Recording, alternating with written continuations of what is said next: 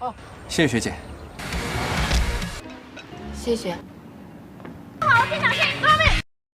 Welcome back rocket. स्वागत है आपका स्वीट कॉम्बैट के अगले पार्ट में। कहानी को पूरा देखने के लिए पिछले एपिसोड जरूर देखिएगा। पिछले एपिसोड में मिंग टैन ने अपना पूरा टाइम टेबल मिया और जाओमी को पकड़ा दिया था। अब उसको देखकर वो चौंक जाते हैं क्योंकि उसमें खाने के टाइम के अलावा और कोई फ्री टाइम होता ही नहीं। अब वो मिंग टैन को किस वक्त ट्रेन करेंगे इस बारे में वो काफी सोच रहे होते हैं। और तभी मिया टाइम टेबल को बड़ी बारीकी से रिसर्च करके देखती है और बड़ी मुश्किल से उसको एक फ्री टाइम मिल जाता है। और फिर वो खुशी से उछलती है कि इस टाइम में मैं उसको ट्रेन करूंगी।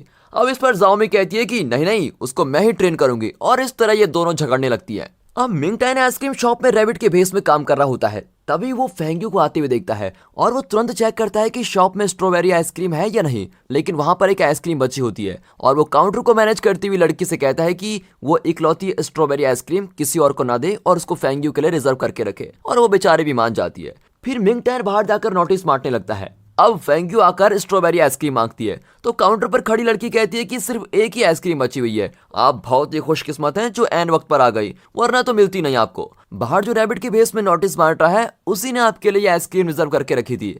अब ये सुनकर फेंग्यू बड़ी हैरान होकर रैबिट को देखने लगती है और फिर उस आइसक्रीम को बहुत ही मजे लेकर खाती है। लेकिन वो अब भी नहीं जानती कि रैबिट सच में मिंग टैन ही है। लेकिन मिंग टैन फेंग्यू को छुप कर देखता रहता है और उसे खुश देखकर खुद भी खुश होता है। अब अगले सीन में दिखाते हैं तो सुनहाओ और जाओमी के पापा एक बॉक्सिंग रिंग में खूब लड़ रहे होते हैं। जाओमी के पापा एक्सपर्ट्स वाले मूवमेंट्स करके सुनहाओ को हरा देते हैं और सुनहाओ को विश्वास ही नहीं होता और पूछता है कि ये मूवमेंट्स आपको किसने सिखाए? इन मूवमेंट से तो आप बॉक्सर को आराम से हरा सकते हैं। अब जाओमी के पापा कहते हैं कि ये तो कुछ भी नहीं है, मेरे एक सीनियर हुआ करते थे और उन्होंने ही मुझे ये मूवमेंट सिखाए थे। लेकिन बदकिस्मती से अचानक वो चल बसे। अब इस दुनिया में इस मूवमेंट को सिर्फ मैं ही जानता हूँ। और दोस्तों यहाँ पर हम गैस कर सकते हैं कि ये शायद मिंग टैन के पापा की बात कर रहे होंगे। लेकिन ये सच है या नहीं इसका तो हमें बाद में पता चलेगा। अब सुनहाओ भी उस मूवमेंट को सीखना चाहता है और जाओमी के पापा कहते हैं कि मैं तुमको सिखाऊंगा, लेकिन इसमें कुछ कंडीशन भी हैं। तब जाओमी वहां पर आ जाती है। अब सुनहाओ को देखकर वो पूछती है कि तुम यहाँ क्यों आए हो? सुनहाओ कहता है कि तुम्हारे कॉलेज के टूर्नामेंट में मैं भी पार्टिसिपेट कर रहा हूँ, इसलिए तुम्हारे पापा से ट्रेनिंग लेने आया हूँ। अब वो अपने पापा को बड़े गुस्से से देखती है और बड़ा ही गुस्सा करती है। लेकिन वो कहते हैं कि ये तो तुम्हारा ही आइडिया था कि मैं स्टूडेंट्स को ट्रेन करके पैसे कमाऊं। अरे वो तो ठीक है पापा, लेकिन आप मेरे अपोनेंट को ही ट्रेन करेंगे क्या? अरे बेटा वो तुम्हारा अपोनेंट हो सकता है, मेरा तो नहीं। अब जाओमी नाराज होकर चली जाती है। फिर जाओमी के पापा कहते हैं कि तुम जल्दी से जाओमी के साथ सुलह कर लो। अब अगले सीन में फेंग्यू कॉलेज में होती है और उसे एक मैसेज आता है, उसमें टूर्नामेंट का स्केड्यूल होता है। फेंग्यू का प्लान था कि मिंग टैन डायरेक्टली फाइनल में उससे मुकाबला करे, लेकिन इस स्केड्यूल के अनुसार मिंग टैन को कई क्वालिफाइंग मैच खेलने होंगे और तभी जाकर वो फाइनल्स में पहुंच पाएगा। और ये देखकर फेंग्यू बड़ी चौंक जाती है कि ये जीतेगा कैसे। अब ये शेड्यूल नोटिस बोर्ड पर भी लगा होता है और सुनहाओ और अकड़ू उसको देख रहे होते हैं। अकड़ू कहता है कि गुरु हम दोनों ग्रुप ए में हैं, इसलिए हमारे मैचेस में आप मुझको धीरे से मारना, ओके? और फिर मिंग टैन का नाम देखकर वो कहता है कि ये लड़का एकदम बेकार है, बॉक्सिंग के बारे में कुछ भी नहीं जानता, पता नहीं ये इस टूर्नामेंट में कैसे आ गया। अब सुनहाओ पूछता है कि क्या तुम मिंग टैन को जानते हो? और अकड़ू कहता है कि जानता हूँ, वो मेरे साथ ही हाई स्कूल में पढ़ता था। दरअसल वो मेरे साथ ही बैठता था और मेरा स्कूल बैग भी वही उठाता था। और तभी मिंग टैन वहां से गुजरता है और अकड़ू उसको बुलाता है, लेकिन वो इग्नोर करके चला जाता है। अब अकड़ू भागकर उसको रोकता है और कहता है कि कल की मार भूल गए क्या बच्चू? घुटनों पर बैठकर तुम कल गिड़गिड़ा रहे थे कि छोड़ दो छोड़ दो, और आज इतना एटीट्यूड कैसे दिखा रहे हो? और तभी कोई आकर उसकी उंगली मरोड़ता है। ओह ये तो फेंग्यू निकली। वो गुस्से में कहती है कि मिंग टैन पर हाथ रखने की तुम्हारी हिम्मत कैसे हुई?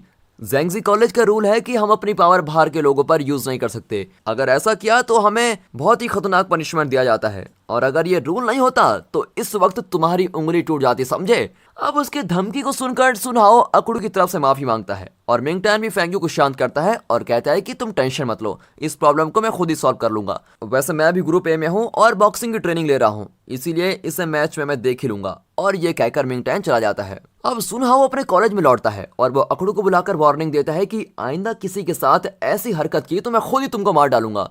वहां मिंग टैन फ्री टाइम में ट्रेनिंग कर रहा होता है, लेकिन वो काम के वक्त भी किसी भारी चीज को उठाकर फिजिकली स्ट्रांग बन रहा होता है। अब फेंग्यू और फेंग जोहू कार में अपने दादाजी के फ्रेंड से मिलने जा रहे होते हैं। फेंग जोहू ड्राइवर को लंबा रूट लेने को कहता है। अब फेंग्यू पूछती है तो वो कहता है कि दादाजी के फ्रेंड का बेटा तुम्हारी उम्र का है और मुझे तो लगता है कि दादाजी ने तुम्हारे लिए कोई सेटिंग कर रखी है वहां पर। अब बताओ कि तुमको वहां पर जल्दी जाना है या देर से?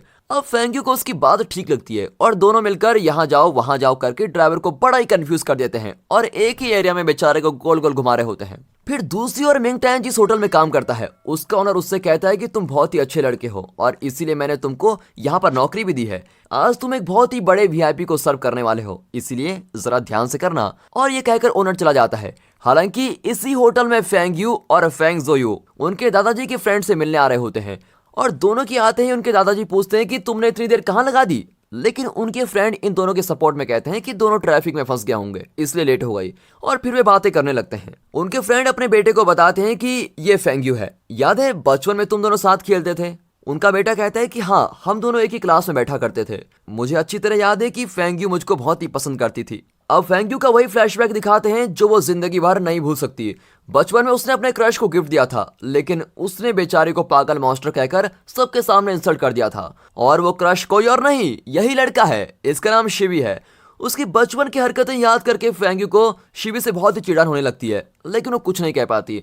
और फेंग्यू समझ जाती है कि उसके दादाजी और उनके फ्रेंड इन दोनों का रिश्ता पक्का करवाना चाहते हैं, इसलिए वो हवा खाने के बहाने बाहर जाने लगती है। और तब वहां पर मिंग टैन को देखकर उसे पता लगता है कि वो इसी होटल में काम करता है, लेकिन वो ऐसे बाहर चली जाती है जैसे वो मिंग टैन को जानती नहीं।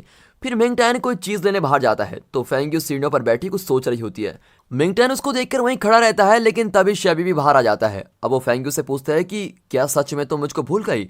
बचपन में हम दोनों कितने क्लोज फ्रेंड्स थे, और अगले हफ्ते मेरा बर्थडे है और मैं एक बहुत ही बड़ी पार्टी दे रहा हूँ, उसमें हमारे स्कूल के बहुत सारे फ्रेंड्स आएंगे, क्या तुम भी आओगी? अब फेंग्यू कहती है कि एक बार तुम्हारे बर्थडे पर मैंने तुमको गिफ्ट दिया था, लेकिन बदले में तुमने मुझको पागल मास्टर कहकर मेरी इंसल्ट की थी। और अब शेबी रियलाइज करता है कि फेंग्यू को सब कुछ याद है। वो कहता है कि मुझे भी तुम पर क्रश था, लेकिन मेरे दोस्त मेरा मजाक ना उड़ाए इसलिए मैंने उस दिन तुमको ऐसा कह दिया। और आगे कहता है कि उसको बचपन की नादानी समझकर मुझको प्लीज माफ कर दो। और इस तरह वो फेंग्यू को बहुत ही मनाता है, लेकिन वो एक शब्द भी नहीं कह पाती और अंदर चली जाती है। अब ये सब सुनकर मिंग टैन बहुत ही गिल्टी फील करता है, क्योंकि फेंग्यू का एटीट्यूड देखकर एक बार उसने भी उसको पागल कहा था। वो रियलाइज करता है कि उस शब्द से फेंग्यू को कितना हर्ट हुआ होगा। और तभी शेबी को एक कॉल आता है और वो कहता है कि वो अब भी वैसी है, बिल्कुल पागल, मुझे उससे शादी करने का कोई शौक नहीं है, लेकिन मेरे पापा अपने बिजनेस के लिए ये रिश्ता जोड़ना चाहते हैं, इसलिए मैं कुछ कह नहीं सका। और मिंग टैन यहाँ पर ये सारी बातें सुन लेता है। अब अगले शॉट में सब अंदर खाना खा रहे होते हैं। शेबी फेंग्यू की बहुत ही खातिरदारी करने की कोशिश करता है, लेकिन फेंग जोयू कहता है कि ये डिशेस फेंग्यू को बिल्कुल भी पसंद नहीं है, और इस तरह वो अपनी दीदी को बचा लेता है। फिर शेबी कहता है कि मेरे बर्थडे पार्टी में तुम जरूर आना, वरना तुम्हारे दादाजी मुझको गलत समझेंगे। और इस तरह वो सेंटिमेंटली फेंग्यू को लॉक करने की कोशिश करता है। अब इसी बीच मिंग टैन वाइन को ग्लास में डालते हुए गलती से शेबी के ऊपर डाल देता है और वो चिल्लाने लगता है कि क्या तुम देख नहीं सकते, तुम्हारे मैनेजर को अभी बुलाओ, मैं कंप्लेंट करूंगा। अब मैनेजर आकर मिंग टैन को डांट कर भेज देता है और इन लोगों से माफी मांगता है। और अब मौका पाकर फेंग्यू भी वहां से बच निकलती है। अब बाहर आकर वो मिंग टैन से पूछती है कि क्या तुमने वो सब मेरे लिए किया था, मेरी वजह से तुम्हारी नौकरी भी गई। तो मिंग टैन कहता है कि ऐसी बात नहीं है, मैंने गलती से उस लड़के पर वाइन गिरा दी थी। तभी वो कहती है कि सुन बेटा मिंग टैन, मैं एक एमएमए बॉक्सर हूँ और तुम्हारे हर मूवमेंट का क्या मतलब है ये मैं खूब जानती हूँ, तो अब बताओ तुमने ऐसा क्यों किया। तब मिंग टैन अपना दिल खोलकर कहता है कि मैंने अभी तुमको समझा है, एक बार मैंने भी तुमको पागल कहकर तुम्हारा दिल दुखाया था, और मुझे नहीं पता था कि इस शब्द की वजह से तुम बचपन से लेकर आज तक किसी से ठीक से बात नहीं करती और अंदर ही अंदर घुटती हो। मैंने तुम्हें दुख पहुंचाया है, इसलिए प्लीज मुझे माफ कर दो। और तब फेंग्यू जरा स्माइल करके कहती है कि ठीक है माफ किया, लेकिन तुम्हारी नौकरी तो चली गई, उसका क्या करेंगे? तुम कुछ पैसे रख लो, ये तुम्हारे भाई बहन के काम जरूर आएंगे। मिंग टैन कहता है कि पैसे उनके लिए जरूरी तो हैं, लेकिन क्या सिर्फ पैसे ही जरूरी हैं? तुम उनकी फिक्र मत करो, इस प्रॉब्लम को मैं खुद ही सॉल्व कर लूंगा। और ये कहकर मिंग टैन जाने लगता है। एक मिनट रुको यार, पैसे तो तुम नहीं लोगे, लेकिन आज मुझे बचाने के लिए मैं तुमको ट्रीट देना चाहती हूँ। अब मिंग टैन इनकार नहीं कर पाता और फेंग्यू को बयूनो की नूडल्स शॉप में लेके जाता है। और शॉप को देखकर फेंग्यू कहती है कि क्या तुमको ट्रीट के लिए इससे अच्छा होटल नहीं मिला था? मिंग टैन कहता है कि होटल छोटा है, लेकिन यहाँ का टेस्ट बहुत ही अलग है और तुम्हें बहुत ही पसंद आएगा। इतना ही नहीं, ये नूडल शॉप बयूनो का है। फिर वो फेंग्यू को बयूनो की माँ से मिलवाता है। फिर गर्मा गर्म नूडल्स भी आ जाते हैं और मिंग टैन खाने लगता है। अब फेंग्यू कंफ्यूज होती है कि वो खाए या ना खाए। इतना सोचे मत, टेस्ट करके तो देखो, फिर तुम और मांगोगी। अब फेंग्यू खाने लगती है तो उसको बहुत ही टेस्टी लगता है, और तब उसके बाल नूडल्स पर गिर रहे होते हैं और मिंग टैन उन्हें धीरे से हटाता है। और तब दोनों एक दूसरे को देखते हैं और देखते ही रह जाते हैं। फिर अचानक फेंग्यू उसको थैंक्स कहती है और मिंग टैन स्माइल करता है। अब एन वक्त पर बयूनो आता है और फेंग्यू को देखते ही बड़ा ही एक्साइटेड हो जाता है। आप मेरी शॉप में आई, ओह ये तो मेरा लक है। ये कहकर वो अपनी बकबक शुरू करने लगता है। फिर वो इशारा करके मिंगटैन से पूछता है कि तुम दोनों बाहर भी साथ घूमते हो क्या चक्कर है तुम दोनों का? अबे चुप, ऐसा कुछ भी नहीं है। तब फेंग यू जरा स्माइल करती है और फिर उसको एक कॉल आता है और कॉल अटेंड करके वो कहती है मुझे जाना होगा और वो बाहर चली जाती है। अब उसके जाने के बाद बायुनो फिर से पूछता है क्या सच में तुम दोनों के बीच कुछ चल रहा है? अरे नहीं यार, कितनी बार बताऊं? अच्छा तो तुम भी सुन लो, वो मेरी क्रश है, क्या तुम इस मामले में मेरी मदद करोगे? अब मिंगटैन भी ओके कह देता है।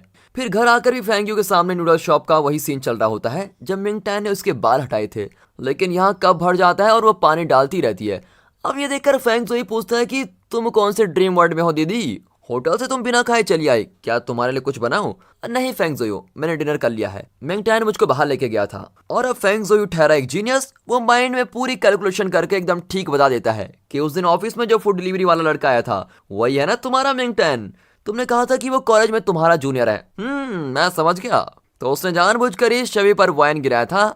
और ये सुनकर फेंग यू को शर्म आ जाती है और वो कहती है कि तुमने ज्यादा स्मार्ट बनने की कोशिश की तो मैं तुम्हें कार्ड्स खेलने नहीं बुलाऊंगी और फिर तुम मेरी मार खाते रहोगे, समझे? नहीं बाबा, स्मार्ट नहीं बनूंगा, लेकिन अगली बार तुम दोनों बाहर जाओ तो मुझे भी साथ में जाना। मैंने उस दिन उसे बहुत ही बुरा भला कह दिया था, इसीलिए मुझको जीजा जी से मिलना है और उनको सॉरी भी कहना है। अब यहाँ मिंगटैन का वही हाल होता है, वो फेंग यू के बारे में सोच सोच कर पागल हो रहा होता है और उसकी दी हुई साइकिल को निहार रहा होता है। और दोस्तों इसी के साथ ये एपिसोड यहाँ पर खत्म होता है। वाह क्या एंडिंग थी!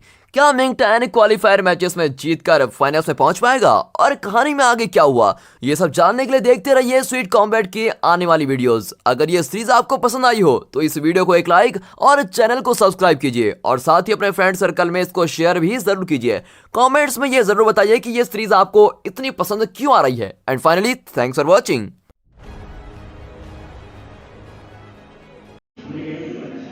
चैनल को लाइक करें, सब्सक्राइब करें। धन्यवाद।